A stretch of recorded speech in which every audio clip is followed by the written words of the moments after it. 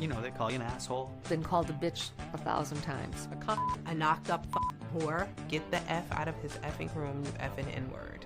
I've been bitten, Choked. punched in the mouth. I had a guy try to kick me in my stomach while I was You pregnant. push me past my limit, past my capacity of being able to multitask. Something's gonna get missed. And when I say something, I'm talking about your mother. I'm talking about your father. I'm talking about your husband and your wife. They may be at breaking point, but their bosses have warned them not to speak out. They are anyway. So we're breaking news at 6 as thousands of Providence doctors, nurses, and other workers walk off the job. It is a large... From policymakers to frontline practitioners, we dive deep into the diverse worlds that make up our evolving medical landscape. Join us as we uncover success stories. Whether you're a seasoned professional or simply curious about the future of health, this is your gateway to the uncharted territories of modern medicine. Anas Abidrabu is your host of Uncharted Narratives podcast, Sirdiat. Today we're diving into the world of Jamie Marcellus, a transformative healthcare leader who has redefined what's possible when nursing expertise meets entrepreneurial vision. Jamie is not just a registered nurse. He's a serial entrepreneur who has successfully exited 2 healthcare companies and is now leading Novus Health into the future.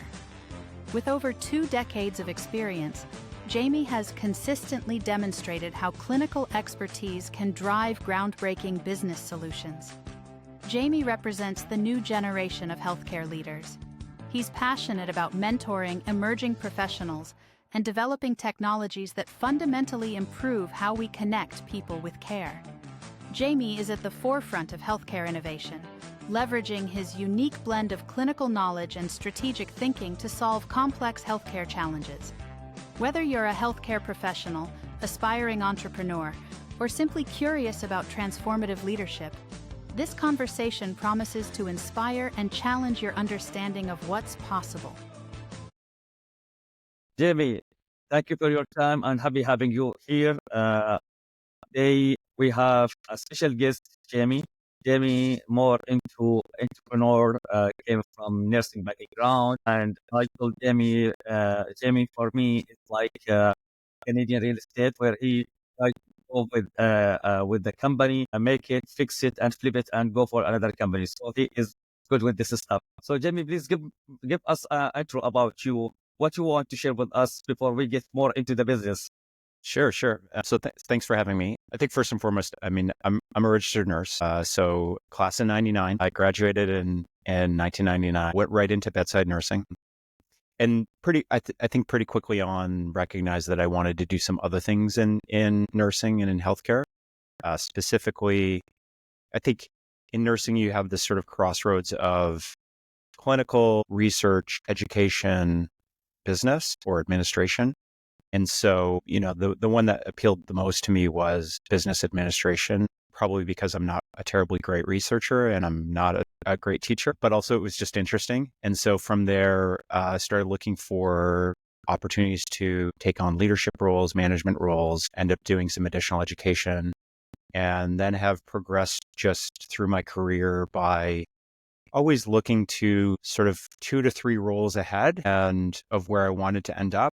And then working backwards to say, in order to get there, these are the skills that I'm missing. And so therefore, my next role needs to make sure that I incorporate some of those skill growth. And so an example of this is one of my first jobs after management was, after my sort of first management job was in sales, because I recognized that as you go more senior in an organization, ultimately you have to sell ideas either internally or you have to engage with customers. And so those skills are something that can be used, quite a bit. And so that was just an important thing to do along the way.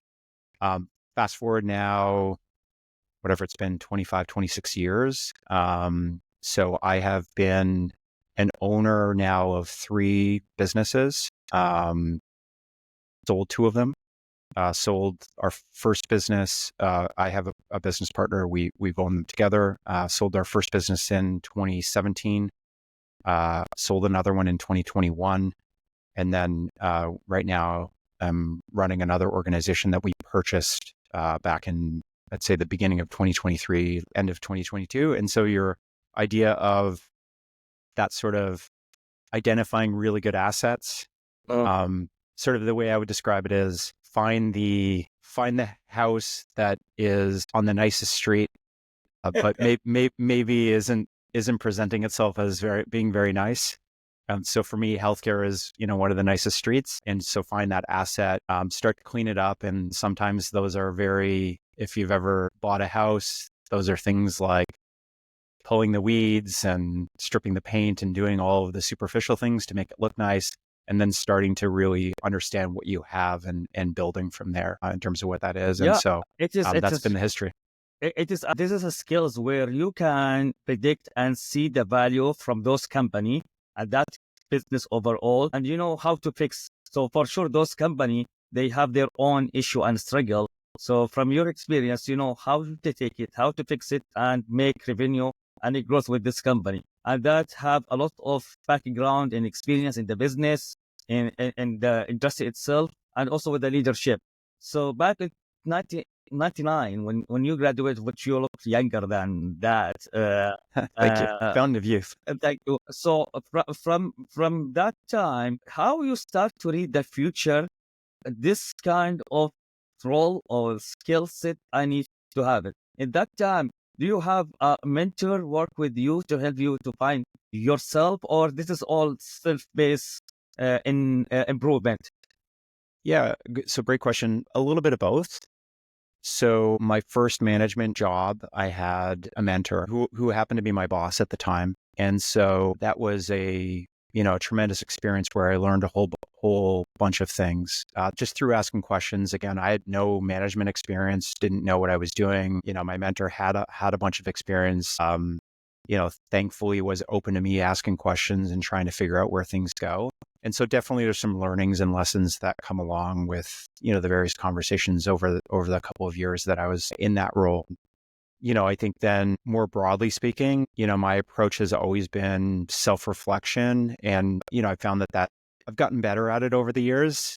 Early years, I probably wasn't as good as now. And by no means am I an expert. I'm better each year, incrementally. And so, better definitely than last year, but still have a long ways to go. But by that, I think that sort of introspection, you can really distill down, what skills you have, what you're really good at, what maybe you're not, what you need to do for, the kinds of roles that you're looking to do. And so like a great example is, so a CEO role, generally speaking, you have to be somewhat extroverted.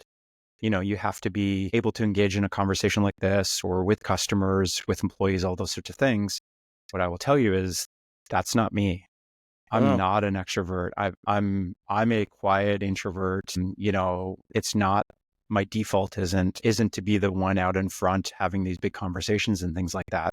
But I recognized that it was a skill set in order to do what I needed to do. And so I put the work in to basically learn how to communicate in this way that is authentic and seems natural and all those sorts of things. But I can tell you it's exhausting because it's work. It's work, right? Yeah, it's work. And so I think just looking at, somebody's career, I think the best advice I can give is try to think of, I think the idea of, 5 to 10 years, what do you want to do with your life in 5 to 10 years? I think it's too abstract.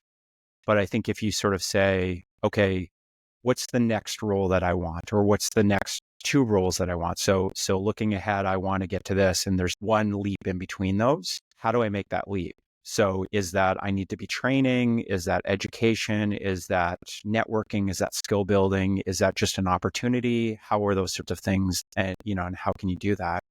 And then I think the second thing is, which is more of a value base, is I think we all have this, we have a privilege of being in a role, getting paid to do something. And is it the role that we absolutely love? I mean, at the end of it, it's work. Does everybody really want to work? No, they don't want to work. We prefer to do probably anything other than work.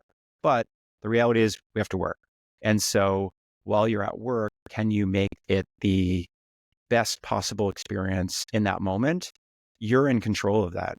essentially by attitude. And so can you take that role and just be the best at whatever that is, whether that's a PSW at the very front lines, I did that in nursing school versus, that first nursing job. Like, how can you every day be the best, be proud of what you are, because that will ultimately translate into opportunities down. Great. So now I'm trying to reflect what you have said here. So one of the things we know is hectic, the healthcare sectors and the environment, and sometimes it's become more toxic and exhausted. And when you mention the COO needs certain skill sets, and you are more into introvert rather than extrovert, what inspired you to take this move and gain those skill sets in order to move forward with your career? You are in your comfort zone. So to get out from your comfort zone, it's not that easy. It's very hard. And also you mentioned the sales idea. You realize in certain area, even if you don't like the sales, you are selling idea and you need to master this skill set. I do agree with you. However, I don't like the sales, but yeah, this is skill set you need to have it. So what motivated you and inspired you to push yourself hard from your comfort zone to go out? I think it's personality. I think, there's nothing wrong with being the best bedside nurse, and nurses that do that, my hat goes off to them. And there are, as we both have probably experienced in our careers, amazing bedside nurses. And so that nurse continues to want to do that, and is passionate about it, and feels that they're contributing and all those sorts of things. Absolutely, there is zero problem with that. I think for some other individuals where the most value that they can deliver, or in terms of personal growth or whatever it may be, might be looking at other things. I think you have to, again, through that introspection, really understand what it is that you want to accomplish. And so for me, I would never change those early days. The bedside nursing, I learned immense skills from that. I think that are, by the way, super transferable to sales. Nurses could be, if we get over the idea of having to communicate outwardly and sort of be the center sometimes, nursing has an immense foundation of sales success in terms of listening and all those sorts of things. Getting away from that question. So what do you think the skill set you had it from the nursing help you with your growth? Communication, and that's verbal and nonverbal. So we had this exercise I remember in nursing school. I don't know if you had the same thing, where I think it was something like, go on the subway ride. At the time, most of us went to school where it was mostly commuter school.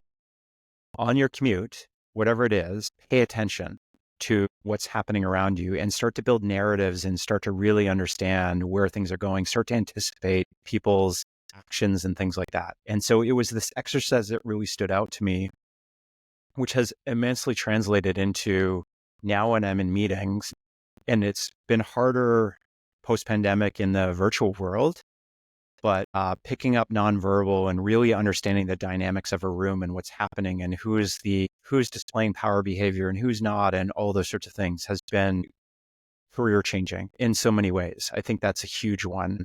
I think, and this is more of a value system, but I think like empathy, compassion, like those have been really important to me, building teams that ultimately we care about each other. We care about the people that we support. And that to me translates into something that we're all proud of. So I think that's been a great thing. I think my experience both in my first job was a inpatient oncology unit. So highly technical, a lot going on in terms of prioritization, in terms of figuring out what's important and all those sorts of things, like immense skills around managing time and managing skills and making sure you're getting the most important things done and all those sorts of things. Those are key. Emerge experience, being able to quickly assess, make decisions and move and adjust on the fly, I think are, translate really well into business. I think, nursing as a career, and this is what I say to anybody who's considering getting into nursing, over no disrespect to other professions in the medical field or in healthcare, but nursing allows you to do lots of different things with very limited formal training once you complete your base training. So you've got your nursing degree or your diploma or whatever is required in your area that you practice. if you want to, like, I went from an inpatient oncology unit to emergency literally overnight. No other place you could do that. Yeah. It's impossible, but we're afforded those opportunities. Similarly, I went into a sales position. I mean, I had to work at it. I had to display what my differentiation was, like all those sorts of things. But again, it's very difficult to make those kinds of career changes. Education, clinical research, as I said before, like there's so much opportunity within nursing. I'm exceptionally proud to have that foundation to this day, and would shout to the rooftops to other people. I believe you allude for something about the proud nurses and who are happy with what they are doing. But I want to ask you about your point of view and perspective about the narrative right now. We can see it loudly outside and the social media and between the nursing community, where they try to push everyone to be an entrepreneur and start their own business. So they try to push everyone to leave the nursing, and this is the way how it should like and open your business. So do you think everyone can be an entrepreneur? No. I mean, I think if you want to, you can be. But I think there's lots of people that don't want to or aren't prepared to, like, there is risk. You take on, in some instances, if it's beyond yourself, if you have employees, at the end of the day, I'm responsible for our employees. We pay our employees salaries. And so I have to make sure that we have a viable organization that we can pay salaries. And there are times when, if you're not going to make payroll because the customer has paid you in time, that you have to put out your credit card to bridge the gap for a period of time. It's not a fun situation. So that level of risk tolerance, I think, for lots of people isn't very common. I think if you distill down the message of pushing people to be in control of their own careers and things like that, which is more in tune with that entrepreneur spirit, I think probably the underlying message in the nursing side of things is there's definitely this feeling, and I think I haven't been frontline for a long time, but I can tell you that when I was frontline, it was very much there. I still exist. I still believe it exists today, which is a misalignment in terms of the value of where nurses fit in the broad health ecosystem. So nurses are one of the most, if not the most trusted profession year after year by, almost every measure. Recently, last statistic, we are in the number 4. Number 4, okay. So certainly like high, right? High, yeah. High. Inconsistently high. Second is, nursing. Most healthcare institutions couldn't run without some level of nursing input. In most, especially when we think about health systems and hospitals and things like that, the probably largest portion of employees comes from nursing, whichever level that you're looking at. And so we have this, I think, great importance in terms of the value that we deliver to the healthcare system. But I think nursing has many times felt that, we maybe haven't seen our salaries rise to the same level, again, on average, as some other professions. If you look at policing, fire, things like that, and, they've definitely over time, those other professions have risen much quicker than nursing.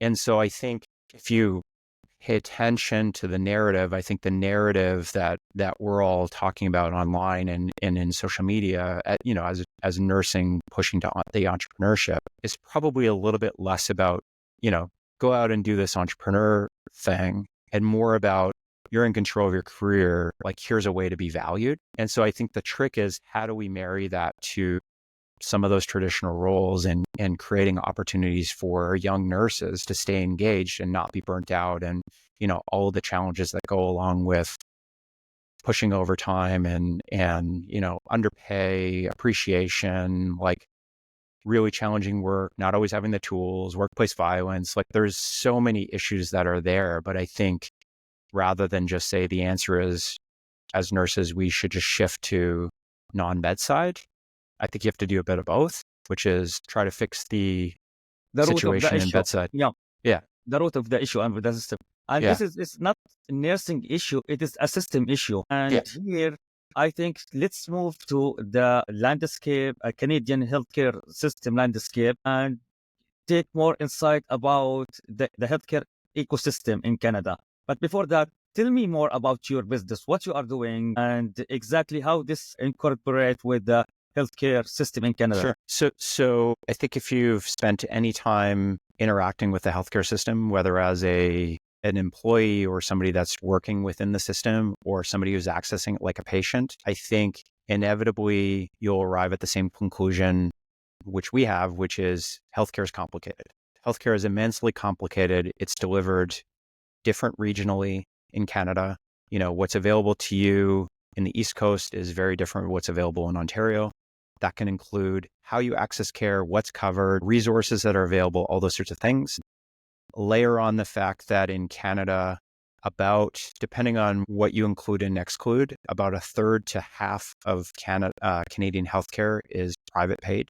So those are things like medications through your employer, physio, counseling, just different mental health care, things like that are delivered by and large by an employer or maybe through an insurance benefit like disability and things like that. And so individuals who are interacting with that system who don't have experience ultimately are set up for failure in terms of getting to the best outcome possible for them because they just don't know. And again, what might be true of them or a colleague of theirs in a different place is going to be different based on where they live, their socioeconomic situation, what's available to them. Are they rural, urban, remote? How does that all work? And so our philosophy at Novus is that we believe that Canadians deserve a better experience when it comes to health. And so we're trying to connect people with care in whatever way meets their needs. And so that means different things based on how that individual is presenting. At its very basic level, about 50% of our interactions are finding people some kind of health resource. So I need a GP, I don't have a GP, I'm unattached, or I need a therapist, or I need this. And so there isn't a big central repository of those resources for individuals to tap into. And again, each province is a little bit different in terms of how they deploy them. So we help people find those solutions at its very core. Then on the other end of the spectrum, where somebody has maybe a complex illness and is trying to figure out at what point do they utilize their benefits, workplace benefits, at what point do they access the healthcare system, how do they work in conjunction with one another, we help individuals basically by providing concierge and navigation support, get to the best outcome utilizing all aspects of the healthcare system that they have access to. And because we do this every day, we have expertise that's developed versus, most common individuals that maybe just superficially interact with the healthcare system. And so we have digital experience as well as more traditional one-to-one conversational experiences. How we work is we are attached typically to an organization's healthcare plans. So we are on the sort of private side. We're part of their insurance benefits usually. And so we're trying to help that person efficiently use their insurance benefits, but also not neglecting the healthcare system, making sure that they're taking full advantage of what's available to them. Amazing. But at the same time, I wasn't aware about this services here in Canada until I met you and we start our networking. So I, as a patient here, how I will know such a service is available here? So generally, it's going to be communicated to you through your benefits or through your insurance plan that you have through work. So, if you're a working Canadian or you have a family member that's a working Canadian, you may have access to our service or maybe a service like ours. I'm sure there's comparable services that are out there, and so. In all likelihood, you would see different accesses to that sort of thing. And so for us in the insurance world, we often act as a digital front door for their online experience when it comes to well-being and benefits and things like that. And so you won't necessarily know it's Novus Health because most of the time our brand isn't front and center. It's, sometimes our customer's brand, oftentimes our customer's brand, but you likely have access to a service like that where you can tap in and engage with it. And so obviously we have some work to do. And one of the important things in terms of our internal metrics is how well we're engaging with you, how well you're familiar with our services so that you're,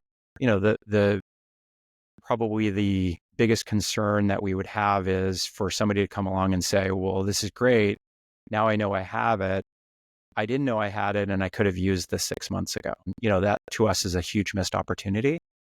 So we work closely with our partners to make sure that whether it's through marketing, whether it's through engagement, things like that, that members are aware of the access that they have to our services. Okay, so now it's clear your business, and you have mentioned it is your third business here. So as a serial entrepreneur, what is the challenge any entrepreneur face in Canada? And this challenge, it might make the business is failed and not seeing the light in Canada. I know there's a lot of restriction in Canada, what's coming, creating the business. And the other side, there's a lot of support. So sometimes you see it's contradict between what the government is trying to give and what the legislation and the requirement there. So from your perspective and from your experience, what you see the most challenges the entrepreneur they will face when they want to start their own business? So many, and I think it depends on how big the business is, where you want to go, all those sorts of things. I think the thing to think about when starting a business is you have to be very clear on, I just was at a book launch last night that talked entirely about this. You can have great product, but if you don't know how to bring that product to market or don't know what the market fit is, your product won't get seen. You can have a not great product, but you can have an amazing go-to-market strategy and you'll be okay. And your boss today, it's something like this in the same concept. Yeah. Right. So go like there, place a heavy emphasis on how can I bring this? Now that's number one. Number two is I think you have to be real with yourself in terms of the easy thing to do is go after the biggest slice of the pie, right? So that might be hospitals. Let's go after hospitals because obviously there's so many people in a hospital. They do so much work. As an entrepreneur, I want to tap into that because they have money and they want to pay me.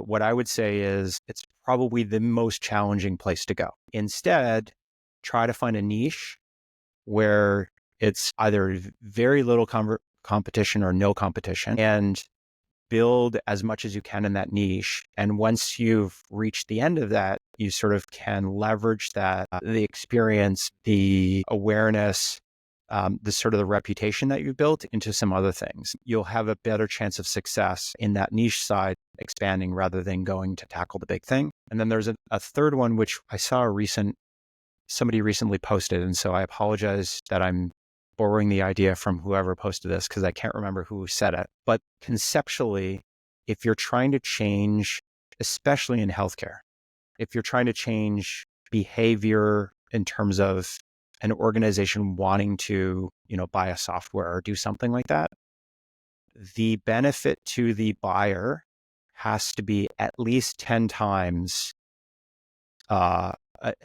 improvement over whatever they currently have. So that could be it's 10 times cheaper. It could be it's 10 times faster. It could be all those sorts of things, but it has to be at least 10 times because otherwise there's not really an incentive built in to build that. I think the fourth thing, and this is probably the most challenging, but you sometimes don't have to worry about this, is funding in Canada is challenged.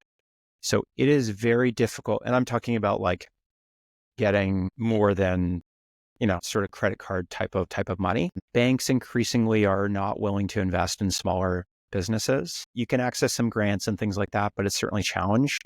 And so then what you end up doing is most oftentimes people will go to VCs and angels and things like that. The challenge in those places is, number one, it's super competitive. And number two, because you're giving up a lot of your control and your ability to generate your own success to get that survival injection from them. And so what I would say is if you can bootstrap or however you want to describe it, build from just going to market, getting that contract, and then building the product to support it, sort of like prepaying for the services, I think you can have a lot more chance of success than, going through the funding avenue where you're doing product, then go to try to figure out the market. It almost inevitably is a path to failure. One of the most challenging things here in Canada, as you mentioned, to find a fund. So from your perspective, what can the government do along with all the support they try to do for the entrepreneur? So here in every city, you can find many of business center. They try to help the young and anyone have a good idea to do that. But as you mentioned, if you have the best product ever and you cannot sell it or you cannot present it for your niche, you will not success. So how those centers will help those of how the government will help successful or a great idea to be implemented in Canada, because it's one of them. You mentioned the fund and also bureaucracy in Canada. In order to get engaged with the decision maker, this is very hard here to get in Canada. So how the government can support such as behavior or practice in the place? I'm not sure that it's designed to. So I think that's part of the challenges. I don't know that government is necessarily designed. I mean, they have programs and things like that. I think generally their interest is in the prosperity of Canadians. But in terms of understanding the nuance of business and things like that, I don't think government has demonstrated, that they're the experts in innovation and, just different things just by their very nature. So I think to the extent that they can partner with some of that expertise that exists out there, whether it's through, people that have been successful, all those sorts of things, I think that's a huge opportunity. I go back to start small.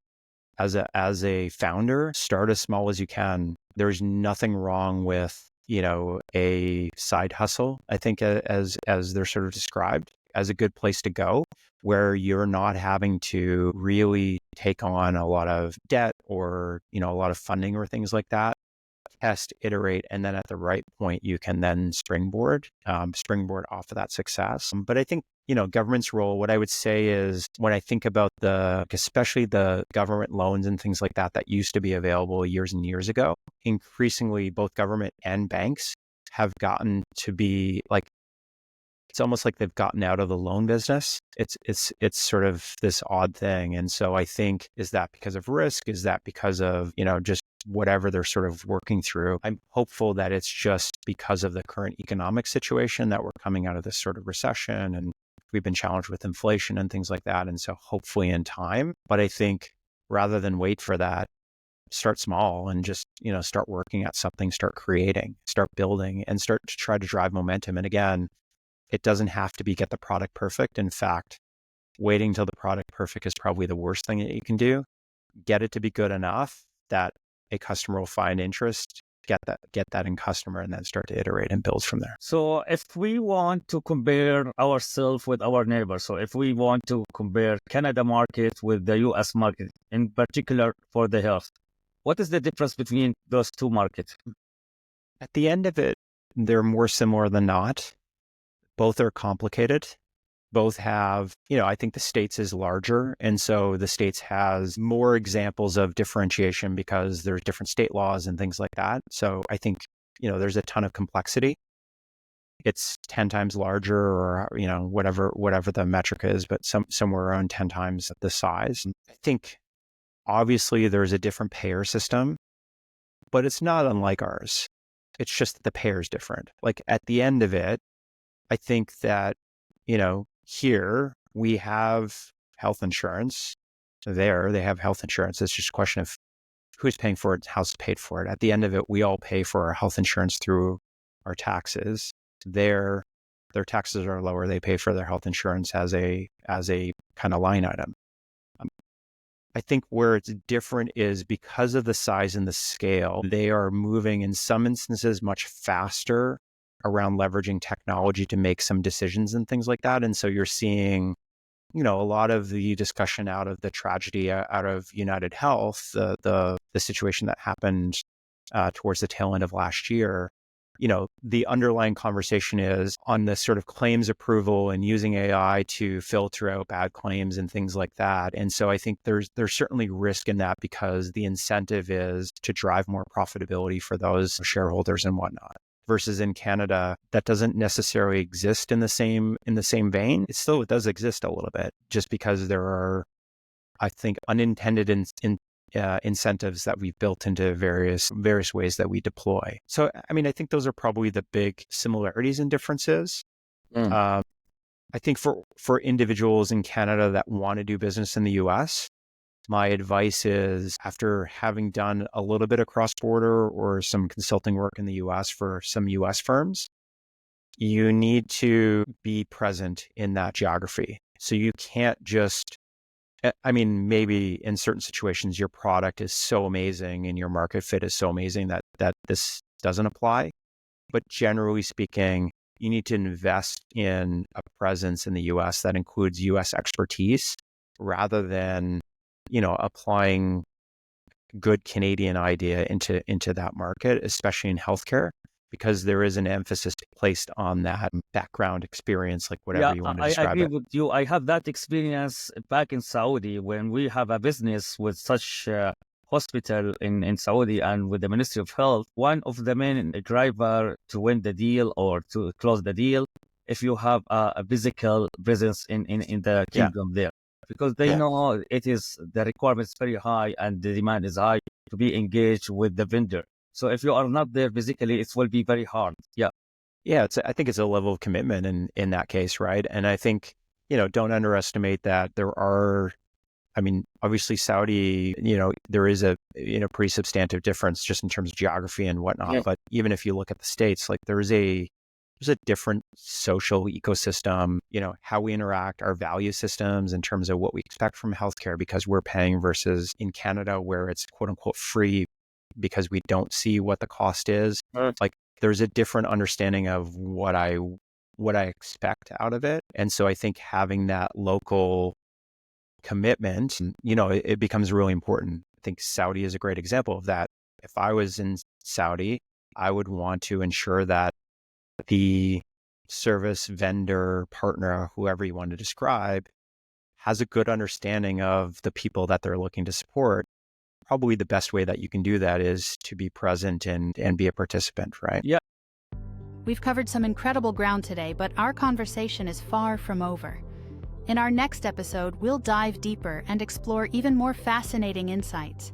Stay tuned for part 2 of our conversation on uncharted narratives.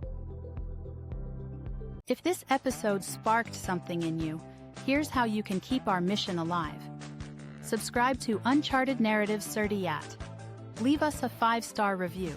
It helps more amazing people discover our stories. Share an episode that moved you with a colleague or friend. Connect with me on LinkedIn and join our healthcare innovation community. Together, we're not just telling stories. Until next time, stay curious, stay passionate, and keep pushing the boundaries of what's possible in healthcare. See you in the next episode of Uncharted Narratives Certiat.